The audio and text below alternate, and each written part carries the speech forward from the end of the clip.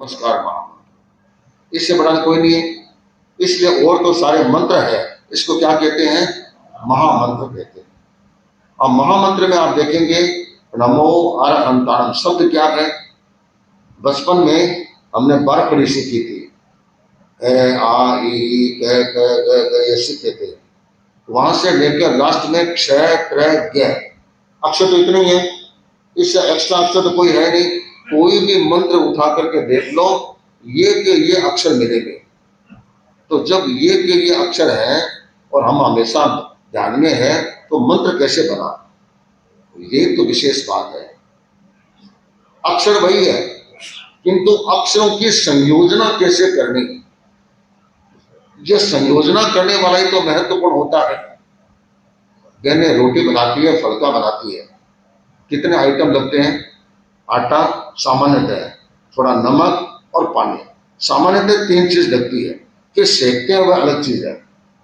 पर 10 बहनें अगर रोटी बनाती है, फलका बनाती है, क्या 10 एक जैसे बनते हैं क्या? 10 में ही बड़ा फर्क रहता है। कोई नरम बनता है, कोई कड़क बनता है, कोई कैसा ही बनता है, थोड़ा थोड़ा फर्क रहेगा। क्यों? कि व्यक्ति का संयोजन कैसा है, उसको किस तरह से करता है। तो अक्षरों की संयोजना पहला नंबर, संयोजना के बाद उसकी आयोजना, आयोजना के बाद भाव अभिव्यंजना, ये 3 चीज जुड़ती है तब जब कंप्लीट बनता है। कि शब्दों का चयन कैसे हुआ, चयन करने के बाद हम उसके साथ कैसे जुड़े हैं, उसका हम किस तरह से करते हैं, नियम उपनियम विधि विधान उसके अनुरूप करते हैं या नहीं करते हैं। विधि विधान के अनुरूप करने के बाद हमारी उसके साथ भक्ति कितनी जुड़ी हुई है, हमारी भावना कितनी जुड़ी हुई है, हमारी श्रद्धा कितनी जुड़ी हुई है, हमारी लयलीनता कितनी जुड़ी हुई है, ये हमारे लिए बड़ा महत्वपूर्ण है। और जब के साथ क्या क्या होना चाहिए, मैं तो कहता हूं कि गुरुदेव की 2 लाइनें है ना, उसमें सब सार आ गया। वंदना आनंद पुलकित विनयनत हो, मैं करूं एक लय हो, एक रस हो, भाव तन्मय कहावरुं, भाव तन्मय कहावरुं। वंदना जप कैसे करना? पुलकित भाव से, प्रसन्न भाव से, हर्षित भाव से, खुश भाव से। एक तो जब करना है कि इन्होंने कह दिया कि करना है, ठीक है, देखे कर गए, टाइम पासिंग कर दी। हर्षित मन से, खुश मन से करें और एकदम उसके प्रति एकदम लयलीन, एक लय हो, एक रस हो, उसके साथ एक लय बन जाए, एक रस बन जाए, अलग अलग नजर नहीं आए। जैसे दूध में चीनी डालते हैं तब तो अलग अलग दिखता है, जब एक मेघ हो जाता है तो पता चलता है, क्या मिठास से पता चलता है। वैसे ही एक मेघ हो जाए, लयलीन हो जाए, एक लय हो, एक रस हो, भाव तन्मयता हो, और भावों में इतने तन्मय बन जाए कि वह जब हमारे लिए कितना उपयोगी बन जाता है। और देखो, जब 100 व्यक्ति करते हैं, किंतु लाभ 100 ही व्यक्तियों को अलग अलग प्रकार का मिलता है। क्यों? कि उनके साथ भाव कैसा है, भक्ति कैसी है, श्रद्धा कैसी है, विधि विधान कैसा है, ये सारी चीजें जुड़ी हुई होती है। थोड़ा बहुत ऊंचा नीचा चलता ही रहता है, और उस कारण से वह डिफरेंस, वह अंतर हमेशा नजर आता है। इसलिए हम जितना लयलीन होकर चलेंगे तब फायदा करेगा। कहने को लोग कह सकते हैं कि जब करना, मारा फेरना, ये एक पोंगा पंथी है, पुराण पंथी है, क्या क्या फर्क पड़ता है इससे? कोई मतलब नहीं है। आज के बच्चों को अगर मारा फेरने की बात करते हैं, भाग जाते हैं, दोबारा आते ही नहीं। वे सोचते हैं महाराज हमको मारा गिरी क्यों कहते हैं। इसलिए लोगों की मानसिकता देख करके हमने भी हमारा एटीट्यूड चेंज कर दिया। कभी बोलो मत, उनको संस्कार दो, भाव दो, कभी देखो जितना हो सके करने का प्रयास करो। फिर लगता है कि ये व्यक्ति पात्र है, ठीक है, तो फिर उसको थोड़ा और आगे कुछ कहना होता है, तो उसको कह देते हैं, प्रेरणा दे देते हैं। कुछ लोग आते हैं, वे कहते हैं कि आप कहते हैं कि जब से परिवर्तन आता है, क्या परिवर्तन आता है? हमारे तो कोई ध्यान में नहीं आया। मंत्री मुनिश्री कलकत्ता में विराजमान थे, लगातार 5 चतुर्मास किए। तो कोई स्थिरवास के रूप में नहीं किए, कलकत्ता में अलग अलग जगह पर उन्होंने चतुर्मास किए। वहां युवकों का हमने एक कार्यक्रम शुरू किया, जैन कार्यवाहिनी। तो उसमें ऐसे युवकों को सामान्य तौर पर लिया कि जो या तो आते संवत्सर के दिन या आते उठावने के दिन, बस 2 टाइम आते, बाकी टाइम में लगभग आते नहीं है। उन युवकों को हमने लिया। तो उन्होंने कहा हम आ जाएंगे, हमारी 2 शर्त है। क्या? एक तो माड़ा के लिए नहीं बोलना, एक सामायिक के लिए नहीं बोलना। ठीक है, तुम ना कहते हम तुम्हारे लिए नहीं बोले, तुम आते रहो।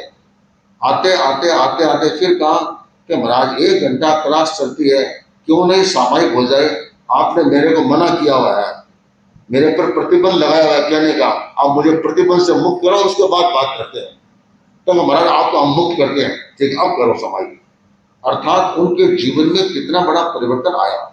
उनमें कुछ युवक आए, एक दिन मेरे पास बैठे थे, मुनिश्री भी विराजमान थे। मैं मुनिश्री के पास ले गया। उन्होंने जो प्रश्न पूछा, मैंने सोचा इसका प्रॉपर जवाब मंत्री मुनिश्री देंगे तो ज्यादा अच्छा रहेगा। मुनिश्री के पास लेके आया, महाराज ये लोग ये बात कहते हैं। तो मुनिश्री ने कहा तुम वापस बोलो क्या बात है। एक ने कहा मेरे दादाजी हैं, उनकी उम्र 69 ईयर्स की है। उस समय में जब बताया, महाराज मैं करीब करीब काफी वर्षों से दादाजी को देखता हूं। आपके हिसाब से दादाजी अच्छे धार्मिक है, नियमित सामायिक करते हैं। जिस एरिया में हम रहते हैं उस एरिया में साधु साधियां विराजमान होते हैं, प्रतिदिन दर्शन करते हैं, प्रवचन सुनते हैं, कई कई बार गोचरी की सेवा भी करते हैं। रास्ते में जब आप विहार करते हैं तो रास्ते की सेवा भी करते हैं। आपके 14 जो होता है उपवास और पोषण वे भी करते हैं।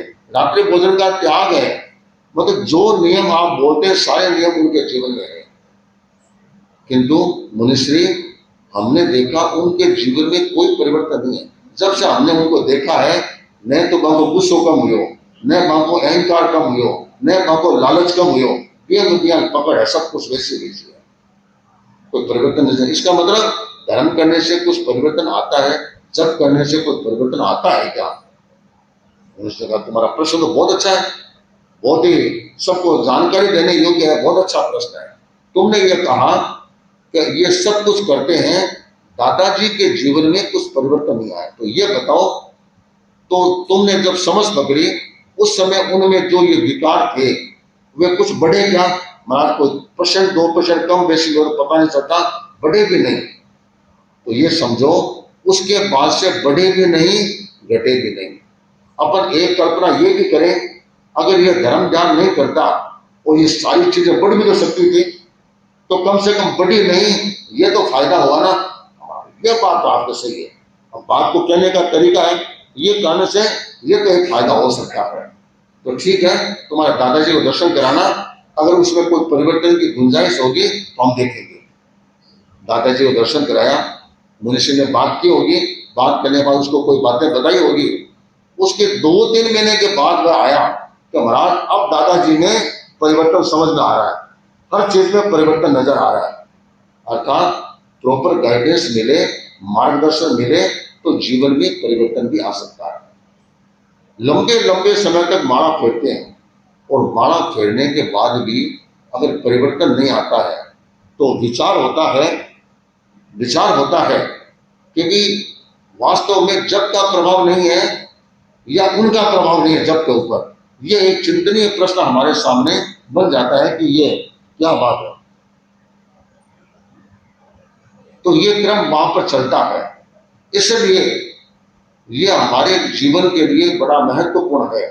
और जो कलकत्ता में जैन कार्यवाहिनी उस समय शुरू हुई थी, तब मुनिश्री के प्रवास में, आज भी जैन कार्यवाहिनी की क्लास हर गुरुवार को लगती है। साधु साधियां जहाँ विराजमान होते हैं उनके सानिध्य में, कभी कोई रिमोट एरिया में होते हैं तो 13पंथी महासभा भवन है पोर्चुगीज ट्रस्ट स्ट्रीट बड़ा बाजार में, वहां पर चलती है। पर नियमित रूप से आज भी उसमें चलते हैं।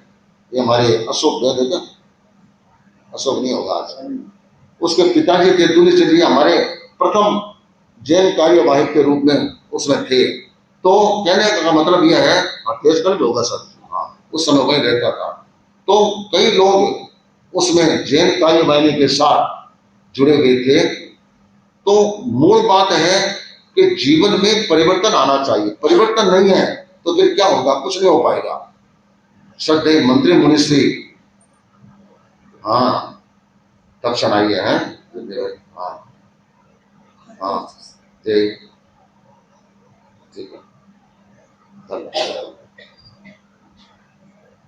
तो श्रद्धेय मंत्री मुनिश्री दक्षिण भारत की यात्रा पर थे। दक्षिण भारत की यात्रा के दौरान कर्नाटक में मुनिश्री चिकमंगलूर से उडुपी, मंगलोर आदि होते हुए सकलेशपुर पधारे। पहाड़ में है, वहां अपने 12-13 घर होंगे। वहां पर एक बड़ा घर था, उसमें बाहर 2 कमरे थे, वहां हम ठहरे। आगे पूरा ग्राउंड था, वहां प्रवचन होता। तो सुबह सुबह, क्योंकि पुराने जमाने में पंचमी समिति के लिए बाहर जाते थे, तो बाहर जाकर के आए, पैर धोए, मुनिश्री अंदर विराज गए। मैं पैर धो रहा था और धोकर के बाद थोड़ी देर ऐसे खड़ा था। उस घर का एक युवक क्या होगा, शायद 40-45 साल का होगा। उसका बाहर एक छोटा कमरा और था और उसके बाहर एक छोटा सा बरामदा था। वहां आसन बिछाया, आसन बिछा करके बैठ गया। मैंने सोचा ये क्या करता है, एक्सरसाइज करता है, ये क्या करता है। जेब में हाथ डाला, माला निकाली, माला निकाल करके और उसने आंख मूंद करके एकदम रीढ़ गड्डी सीधी, कमर सीधी, गर्दन सीधी, आंखें मूंदी हुई और बड़े लयलीनता के साथ एक लय एक रस होकर के और माला फेरनी शुरू। शायद 10-5 मणके सिरके होंगे। इतने में उसकी पत्नी आई, क्योंकि वहां कॉफी पीने का रिवाज ज्यादा है। तो पहले कप और प्लेट होती थी, वह उनके सामने ला करके रखी। मैंने सोचा कप प्लेट तो आगे, इसकी माला जिस ढंग से चढ़ती है, इसको करीब 10 मिनट तो लगेंगे। जितनी स्पीड से चल रही है उस हिसाब से लगता है इनको 10 मिनट तो लगेगा। अब जो ही वह भाप की महक नाक तक पहुंची और उसने थोड़ा सा आंख खोल के देखा कि कॉफी आ गई। उसके बाद तो 8-8, 7-7 मणके एक साथ छिड़कने शुरू हो गए, छिड़कने शुरू हो गए। जो 10 मणकों में फेरने में जितना टाइम लगा था, बाकी पूरी माला में से उतना टाइम लगा करने लगा। पूरी माला खत्म की, जेब में डाली और वह कॉफी की चुस्कियां जो लेनी थी वे ली और खत्म हो गया। फिर वो भाई उठ कर गया, हम अंदर आ गए, हमारे पास आया, बैठ गया। ऐसे बात में पूछा, अरे तो माला फेरते हो? हाँ महाराज, मैं बहुत सालों से, छोटा था तब से माला फेरता हूँ। किसकी माला फेरते हो? नौकार मंदिर की फेरता हूँ, ओम भिक्षु फेरता हूँ, पार्श्वनाथ भगवान की फेरता हूँ, शांतिनाथ भगवान की फेरता हूँ। कितना टाइम लगे? महाराज करीब 16-17 मिनट लगता है। आज तुम्हारे को कितना टाइम लगा? फिर सोचा, रे अब कुछ ध्यान में आएगा, क्यों पूछ रहे हैं महाराज? क्या महाराज मैं समझते नहीं है? कॉफी ला करके पहले रख दी, कॉफी ला करके पहले रख दी, तो तुम तो गृहस्थ हो, तुम तो समझा सकते हो, और तुम्हारी नहीं तो वापस गर्म भी हो सकती है और कुछ हो सकता है। ऐसे गड़का मार अगर जाप करोगे, माला फेरोगे, तो उस जब से क्या फर्क पड़ेगा? अब मान लो कोई माला फेरता है और इस तरह के गड़के मारे, तो बताओ उसके जीवन में परिवर्तन कैसे आएगा? परिवर्तन आता है सिस्टम से करें, व्यवस्था से करें, विधि विधान के साथ करें, एक लय एक तन्मयता के साथ करें, तो उसका प्रभाव पड़ता है। अन्यथा उसका प्रभाव कैसे पड़ेगा? पड़ नहीं पाएगा। इसलिए एकदम एक लय एक रस होकर के ही जप करने का क्रम हमारा रहना चाहिए। फिर है कि जप क्यों करते हैं, जप कैसे करना चाहिए? जप दोनों रूपों में किया जा सकता है। जप मानसेच है, मन मन में भी कर सकते हैं, बोल बोल के भी कर सकते हैं, जिसको जैसी रुचि हो। कोई कोई मंत्र के साथ यह होता है कि इसको बोल बोल के करना, तो बोल बोल के करो। किसी किसी मंत्र का यह है कि बोलना ही नहीं है, मन मन में करना, तो मन मन में कर लो, कोई विशेष पर्टिकुलर नहीं। तो जिसकी जो इच्छा हो, जो अनुकूलता हो, चाहे थोड़ा बोल बोल के करो और चाहे मन मन में करो, जिसकी जो मानसिकता हो वैसे करो। फिर आया कि जप क्यों करते हैं, इसलिए करते हैं। तो उसके आगमों में 3 कारण बताते हैं।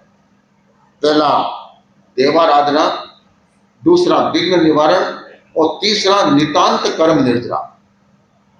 इन 3 कारणों से व्यक्ति जप करता है। देवाराधना के किस रूप में? कि जैसे सैनिक महाराजा थे, उनकी पत्नी चेलना धारिणी, इनको गर्भ काल में दोहत उत्पन्न हुआ। प्राचीन समय में गर्भवती महिलाओं को कई बार दोहत उत्पन्न होता। दोहत का मतलब गर्भगत बालक की कोई इच्छा होती थी, उस इच्छा के आधार पर उसका एक भाव बनता था कि मैं ये करूं, मेरे ये हो, मेरे ये हो, ये उसकी भावना बनती है। और जब ये भावना बन जाती है और वह भावना जब तक पूरी नहीं होती है तो गर्भगत बालक की वृद्धि नहीं होती है, वह वृद्धि वहीं रुक जाती है। तो लगभग वह अपने पति को बताती मेरी ये इच्छा हुई है। कई बार तो ठीक होती है, कई बार बड़ी उलझुल होती है, कई बार बेमौसमी होती है, और कई बार ऐसी होती है उसको पूरा करना भी बड़ा कठिन होता है। जैसे मेघ कुमार का आता है, जब गर्भ में था माँ की इच्छा हुई कभी एकदम गरजारव हो, बादलों से आकाश आच्छन्न हो, खूब अच्छी बरसात हो और मैं महाराजा के साथ जंगल में सैर करूं, ये भावना हुई। पर जिस समय ये भाव आया उस समय बारिश के मौसम भी नहीं थी, कैसे तो बादल आएंगे, कैसे बरसात होगी। तो अब बेचारे बोल भी नहीं सकी क्योंकि ये संभव ही नहीं है, कैसे होगा। तो नहीं होने से मन अन्य मनस्क हो गया, खिन्न हो गया। तो मन में सोचा कि अब क्या किया जाए। तो 2 दिन 3 दिनों से उसका मन उतरा उतरा देखा, चेहरा उतरा उतरा देखा। तो सैनिक ने पूछा कि क्या बात है? अब बताऊं क्या? ऐसी बात है कि जो संभव नहीं है। अरे संभव असंभव तो बात की बात है, पहले बताओ तो सही बात क्या है। तो उसने अपने बात बताई, मेरी ये इच्छा हुई है। ठीक है, देख ये काम अगर कोई कर सकता है तो एकमात्र अभय कुमार कर सकता है, और कोई भी व्यक्ति ऐसा नहीं है कि जो इनको पूरा कर सके। अभय कुमार को बुलाया, तो अभय कुमार तेरी माँ को ये दोहत उत्पन्न हुआ है, ये क्या हो सकता है? ठीक है महाराज, मैं कोशिश करता हूँ।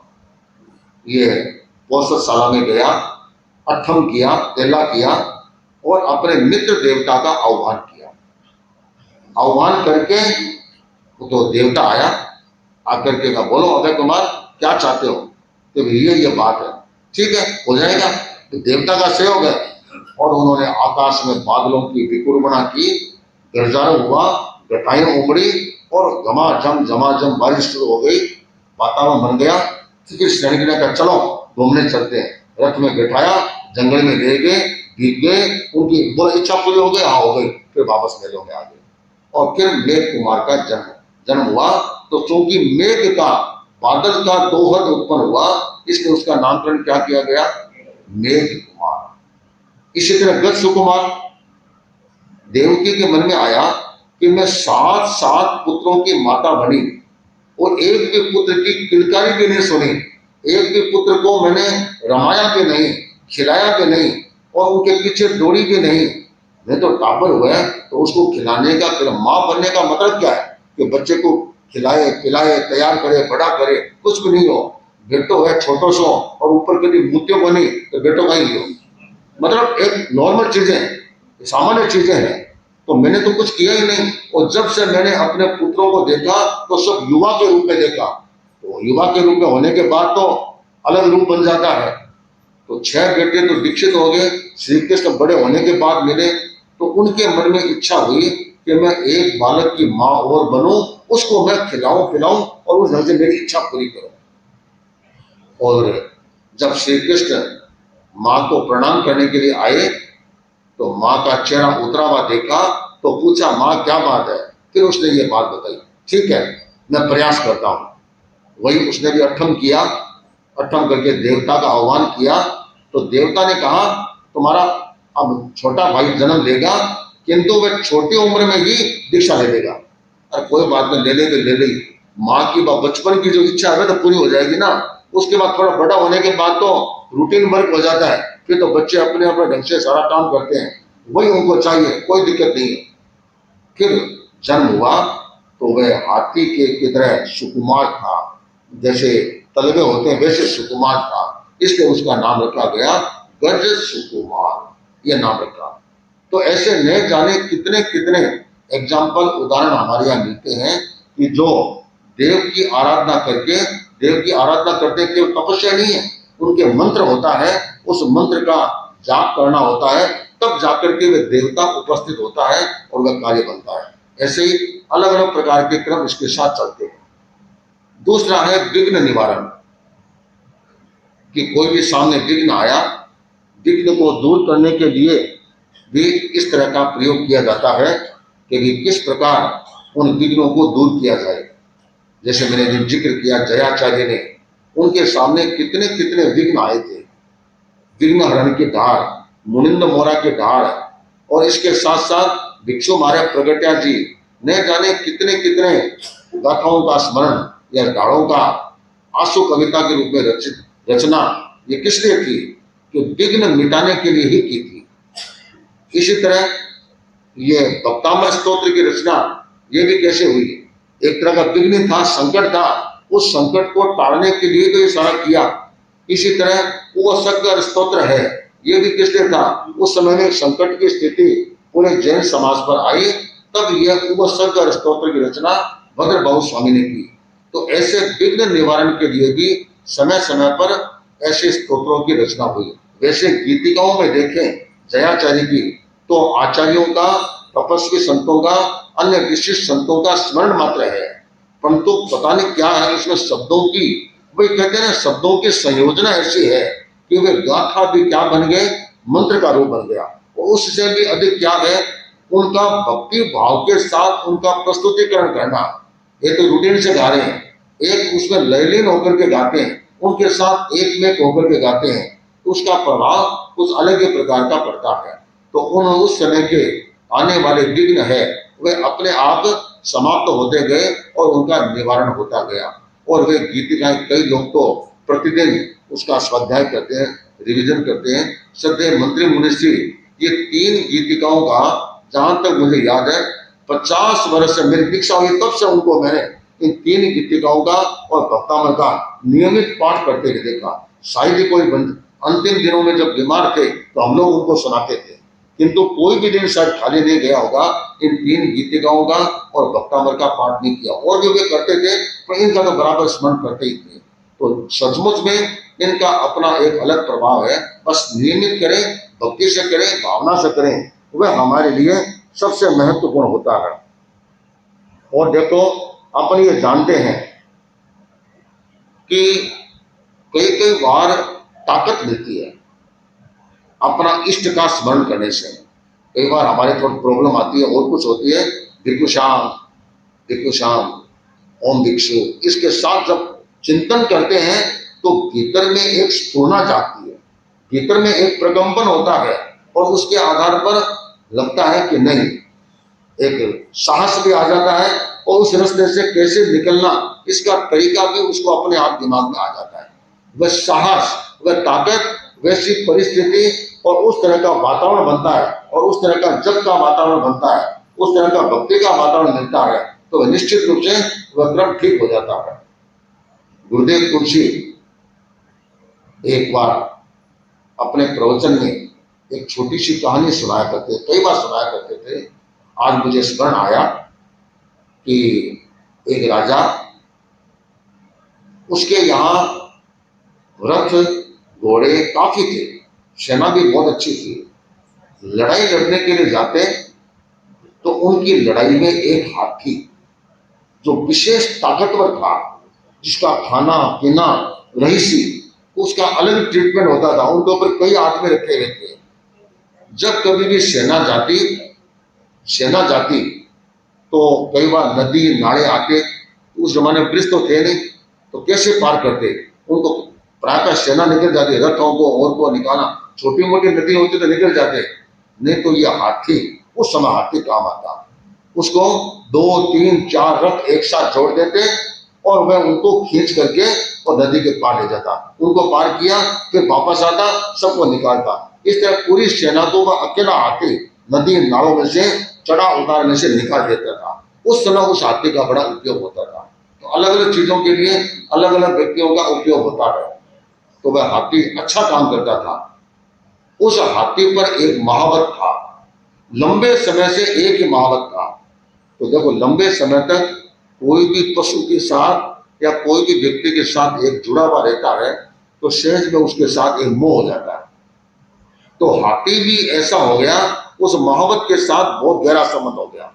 हाथी को ऊपर से चढ़ने की जरूरत नहीं, हाथी के पास जो ही आता वह क्या करता, मोहब्बत को सूंड से उनको उठाता, अपने दांत पर रखता, दांत से वो ऊपर चढ़ जाता। उसको अलग निशान में लगाने की जरूरत नहीं रहती। राजा लोग तो क्या करते थे, एक बराबर का मचान होता था हाथी के बराबर, हाथी वहां आ जाता, उसके ऊपर से सीधा गिर जाते थे, किंतु ये तो सीधा चल जाता था। इतना हाथी, और हाथी को जो मूल खाना देता तो ये देता था, किंतु धीमे धीमे उनका क्रम अलग प्रकार का हो गया। वे जो मोहब्बत था लंबे समय तक सर्विस में रहा, फिर एक सन्यासी के साथ उनका संबंध हो गया। उन्होंने सोचा कि संसार को बहुत देख लिया, खूब कमाई धंधा कर लिया, बच्चे सयाने हो गए, वे भी कमाई करने लगे, मैं भी अब भगवान का नाम जपूं और संसार से निवृत्त होकर के अपनी साधना करूं। तो उन्होंने क्या किया, राजा से बीआरएस ले लिया, आज के भाषा में कहते हैं ना, स्वैच्छिक निवृत्ति ले ली, और निवृत्ति लेकर के आश्रम में चला गया और वह अपना जप ध्यान करता है। दूसरा मोहब्बत आ गया, उनका ध्यान रखता था। ये क्रम चलता रहा। एक बार राजा की सेना नाले को पार कर रही थी और वह हाथी सबको पार कर रहा था। करते करते थोड़ा सा हाथी टेढ़ा गया, वहां क्या था, दलदल था। दलदल होता है ना, ऊपर से दिखता है, बराबर दिखता है, पर अंदर में ऐसा दलदल होता है कि उस दलदल में फंस जाए फिर उसको निकाल पाना बड़ा कठिन होता है। वो कहते हैं कि दलदल भी कितना खतरनाक होता है, जो जो निकलने की चेष्टा करते हैं तो वो और अंदर चला जाता है, अंदर चला जाता है। और कई बार तो पूरे आदमी, पूरे जानवर दलदल में समा जाते हैं, उनको निकाल पाना बड़ा कठिन होता है। अगर लगे दलदल फंस गया, बस फिर खड़े रहो, फिर कोई न कोई उपाय करके उसको निकाला जाता है। एक बार अपने संत भी कोई दलदल में फंस गए थे, तो उनको कहा बस ऐसे खड़े रहो। तो संतों ने मिल करके उनको रस्से से बांध करके ऊपर से खींचा। उनका दर्द तो बहुत हुआ, पर और कोई विकल्प नहीं था, क्योंकि दलदल को छेड़े करे, इधर छेड़े करे और इधर दूसरा दलदल आ जाए तो बैठ नहीं रहा था। तो फिर उनको निकाला, तो ये हाथी उस दलदल में फंस गए और चारों पैर उसमें दब गए। अब वो हाथी से पैर नहीं उठ रहा है, बहुत कोशिश कर रहा है, अब उसके दर्द होने लगा। अब किसी भी जानवर के, किसी भी व्यक्ति के दर्द होता है तो वह अपनी भाषा में दर्द तो प्रकट करता ही है। तो हाथी चिंगाड़ने लगा, जोर जोर से चिंगाड़ने लगा। सबने बहुत कोशिश की, मोहब्बत ने भी बहुत कोशिश की और लोगों ने भी बहुत कोशिश की, पर हाथी को निकाला नहीं जा सका। राजा को पता चला, राजा स्वयं आया। राजा का उस हाथी के प्रति विशेष लगाव था, कभी कुछ भी हो मेरा यह हाथी बाहर निकलना चाहिए, कुछ भी हो जाए। पर कहा कि सारे उपाय खत्म हो गए, कुछ नहीं हो रहा है। करते करते करते करते विचार आया, इसको कौन निकाल सकता है। तो राजा ने कहा इसका पुराना जो मोहब्बत है वह इसकी नेचर को जानता है, उसके दिमाग में कोई योजना हो तो उसको पूछे। भाई शहर के बाहर उधर ही उनका आश्रम था।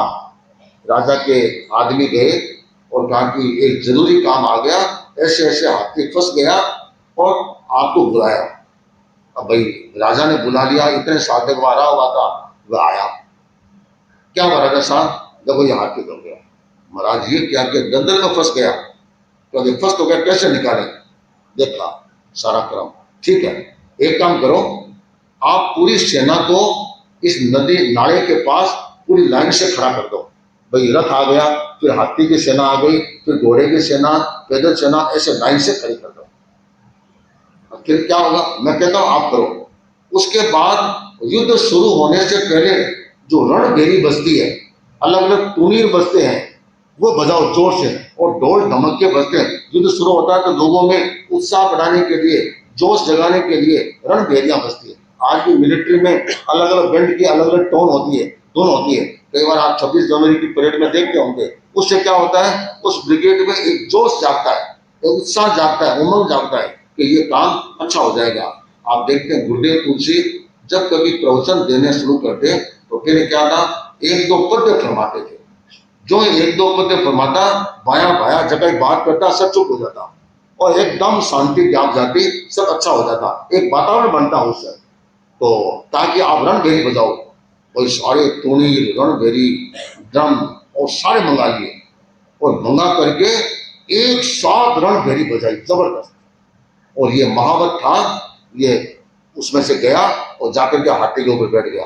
हाथी ने उसको देख लिया और रणभेरी बजी, और वह हाथी जो इतना फंसा हुआ था उसको आई ताकत, अरे लड़ाई शुरू हो गई और मैं यहाँ पर खड़ा हूं, मेरा काम तो पहले है। ताकत आई, लगाया जोर और दलदल से बाहर आ गया। कितना बड़ा फर्क पड़ा, क्योंकि जो वातावरण बना और उसके मन में जोश जाग गया, और जोश जागते हुए बाहर निकल गया। राजा चमत्कृत रह गया, और ये कैसे हुआ? महावत से पूछा, ये ऐसे कैसे किया?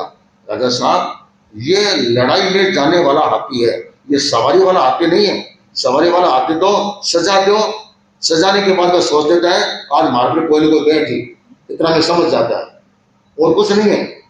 और ये लड़ाई में जाता है, तो लड़ाई में जाता है, लड़ाई के माहौल में रहता है, तो उसमें पूरे वातावरण मिलते ही उसके जीवन में एक अलग ही प्रकार का वातावरण बन जाता है। इसलिए ये सब कुछ करता है। तो हाथी बाहर निकल गया, सन्यासी वापस चला गया। तो देखो, अगर हमारे भीतर में ताकत, साहस, उत्साह, उमंग ये सब जगाने हैं और कुछ करने की ललक रखनी है, भावना बनानी है, तो नियमित रूप से अगर हम जप करते हैं, जप के बारे में बहुत कुछ कहा जा सकता है, बहुत सारी बातें हैं, तो मूल बात यह है, जो भी करें निष्ठा के साथ करें, भावना से करें। एक व्यक्ति आया, कहा जप करते हो हमारा करो, तो टाइम घणो लग जा, कितना लगे? 8 मिनट लग जा। अरे 8 मिनट तक घणो लगे, 8 मिनट तक चाय पीने में कितना टाइम लगे? चाय पीने के बाद 6-7 मिनट लगे। धीमे धीमे ठंडी हुए, चुस्की ले और करो। एक काम कर सकता है कि हाँ, चाय ने थाली में डाल ले, तो मिनटा में ठंडी हो जाएगी, बेटा बेट पीले से वो टाइम बच जाता है, इतना सारा काम हो जाए। कहने ने महाराज आपकी बात समझ गया, अब मैं अच्छे ढंग से करूंगा। ठीक है, कोई बात नहीं। अब जब तक व्यक्ति के भीतर यह सोचा कि मेरा टाइम वेस्ट हो रही है, टाइम वेस्ट के हिसाब से सोचेगा, तब तक तो उसको कुछ नहीं होगा। ये समझेगा कि मेरा टाइम वेस्ट नहीं हो रहा है, मेरा टाइम इन्वेस्ट हो रहा है, ये चिंतन करेगा, तब तो उसका कार्य सफल होगा। सामायिक करो, जप करो, ध्यान करो। वह सोचता है ये मेरे व्यक्तिगत जीवन के लिए है। व्यक्तिगत जीवन जितना अच्छा होगा, बाकी देखो व्यवसाय करते हैं और काम करते हैं, परिवार के लिए, ये समाज के लिए करते हैं, पर आप व्यक्तिगत जीवन के लिए कितना करते हैं? मैंने एक दिन पहले भी कहा था ना कि प्रतिदिन 1 महीना तक आपको सामायिक करें। एक बार मन नहीं है और टाइम नहीं है तो भी टाइम एडजस्ट कर लो, लेट उठते हैं तो सर जल्दी उठो, 1 महीना लगातार सुबह सुबह सामायिक करो आप और माला फिरो। 1 महीने के बाद आप देखेंगे आप हैबिचुएट हो जाएंगे और फिर आपका नियमित सामायिक का क्रम बन जाएगा। ये तब हो सकता है जब आपके भीतर में संकल्प बल हो और संकल्प बल के साथ कुछ करने की तमन्ना हो। तमन्ना होगी तो निश्चित रूप से आप उस दिशा में आगे बढ़ सकते हैं। मैं तो कहता हूं आप ज्यादा नहीं कर सकते हैं तो कम से कम 2 माला अवश्य करें। किस किस की? नमस्कार महामंत्र की और एक ओम भिक्षु। नमस्कार महामंत्र हमारा सबसे बड़ा मंत्र है और ओम भिक्षु इसलिए कि हमारे सबसे बड़े श्रद्धेय धर्म संघ की दृष्टि से देखें, इनके बराबर कोई नहीं है। ये 2, बाकी जितना आपको करना हो उतना आप करो, 2 करो। नौकार मंत्र की माला सबसे पहले शुरू करेंगे, नया नया हो सकता है 15 मिनट लगे, 14 मिनट लगे, तो जो जो नियमित चलती रहेगी धीमे धीमे क्या होगा, उसकी ड्यूरेशन कम हो जाएगी। मुझे याद है हमने जब 10वें कार्य सूत्र सीखा और उसको हम चितारना करते थे, तो शुरू में हमको 3.5 घंटा उसको चितारना करते थे। श्लोक कितने? 700। फिर धीमे धीमे कम होते होते होते होते इतना सेट हो गया कि 45 मिनट में वैसा का वैसा चिता लेते। क्यों? कि एक के बाद एक के बाद ऑटोमेटिक रूप से वह आता रहता, क्यों? एकदम सेट हो गया था। तो धीमे धीमे सेट, ऐसा नहीं है कि लड़के की तरह निकल गया, वैसा नहीं निकलता है, किंतु इतना सेट हो जाता है कि आराम से वह चल जाता है। किंतु माला फेरे, भावना से फेरे, निष्ठा से फेरे और एकदम लयलीनता के साथ फेरे। सामने से चाय आ जाए चाहे कॉफी आ जाए, गड़का कभी नहीं मारना। अगर चाय कॉफी आ गई तो एक बार आपको जरूरी है तो छोड़ दो माला, माला छोड़ करके वह काम करके फिर फेरो हो जाए। किंतु माला के लिए कभी ऐसा काम मत करो, वह निष्ठा के साथ करो, तो वह जब आपको अच्छा फल देने वाला बन सकता है, अच्छा लाभ देने वाला बन सकता है।